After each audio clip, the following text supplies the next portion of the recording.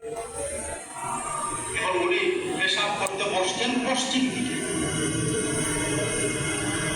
বাবার জ্ঞান তো থাকতো, কিন্তু ছেলেকে অবশ্যই মাদ্রাসায় দিতেন, বাধা দিতেন না, সেই জ্ঞান ওনার ছিল না। পশ্চিম দিকে বসতেন, পশ্চিম দিকে বসতেন।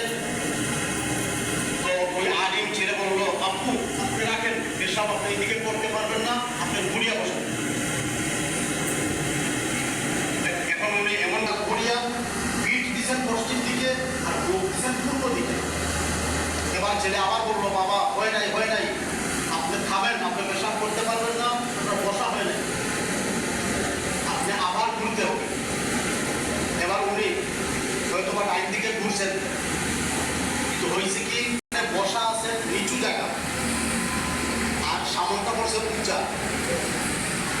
নিচা জায়গায় বসে উঁচু জায়গায় পেশাব করলে ওই পেশাবের ছিটা কমে আসবে, পেশাবটা গড়াইয়া নিজের পায়ে লাগবে। ছেলে বললো, বাবা এবারও আপনার হয়ে নাই, আপনি আবার ঘুরতে হবে।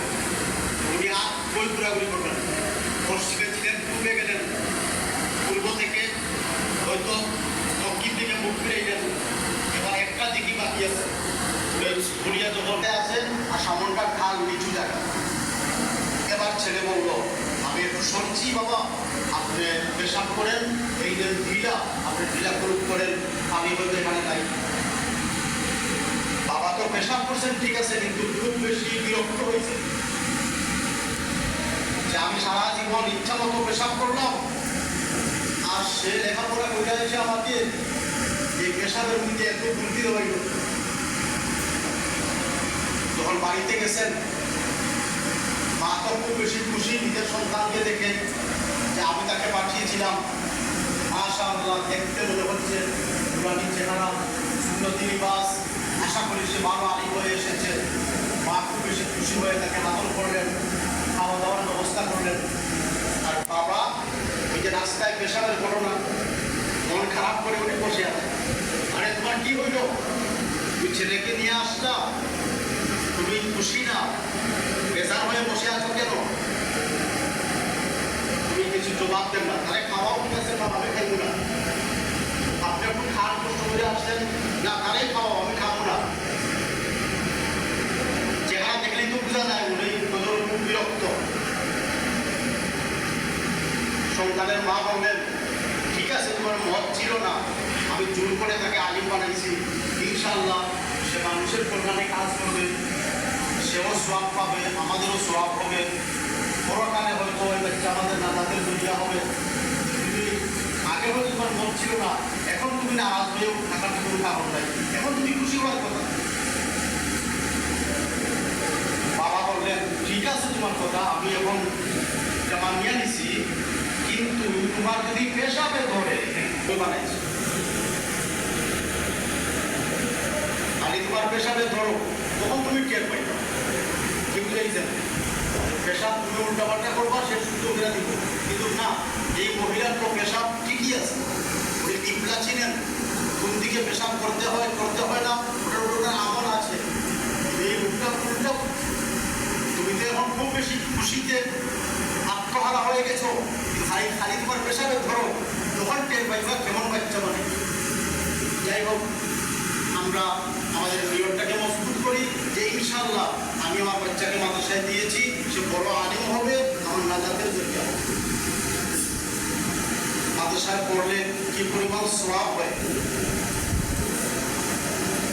আবু যর গিফারি রাদিয়াল্লাহু আনহু, আবু যর গিফারি রাদিয়াল্লাহু আনহু প্রসিদ্ধ সাহাবী। সেই সাহাবীকে একদিন আল্লাহর রাসূল সাল্লাল্লাহু আলাইহি ওয়াসাল্লাম বললেন, ইয়া আবা যর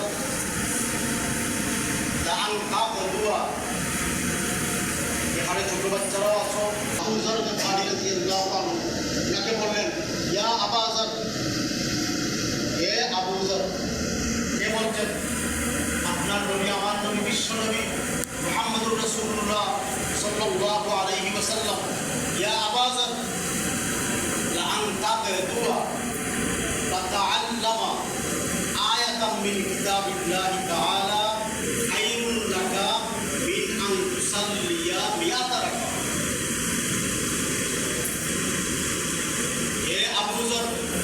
সকালবেলা তুমি কুরআনে কারীমের একটা আয়াত যদি তিলাওয়াত করো, শুদ্ধভাবে ওই আয়াত যদি শিখো, সকালবেলা কুরআনে কারীমের একটা আয়াত শিক্ষা লাভ করা খায়রুল লাকা, তোমার জন্য উত্তম হইল মিন আন তুসাল্লিয়া মিআত রাকাতিন, 100 রাকাত নফল নামাজ পড়া।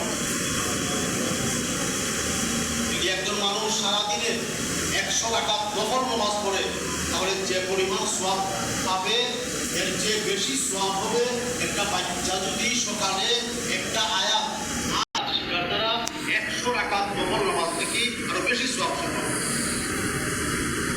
তারপর আবার আল্লাহ রাসূল বলেন, ইয়া আবাজার, হে আবু যর, লান তাহদুয়া ফাতাআল্লামা বাবাম মিনাল ইলমি খায়রুল লাকা মিন আন তুসাল্লিয়া আলফ রাকাত।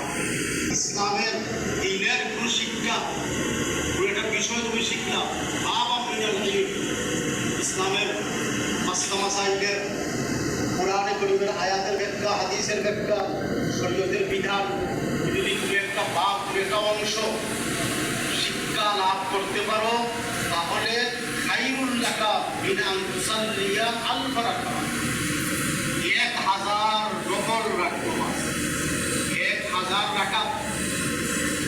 সংখ্যা তো বলা সহজ, 1000 রাকাত নফল নামাজ পড়লে যে পরিমাণ সওয়াব, কি বলছিলেন 100 রাকাত।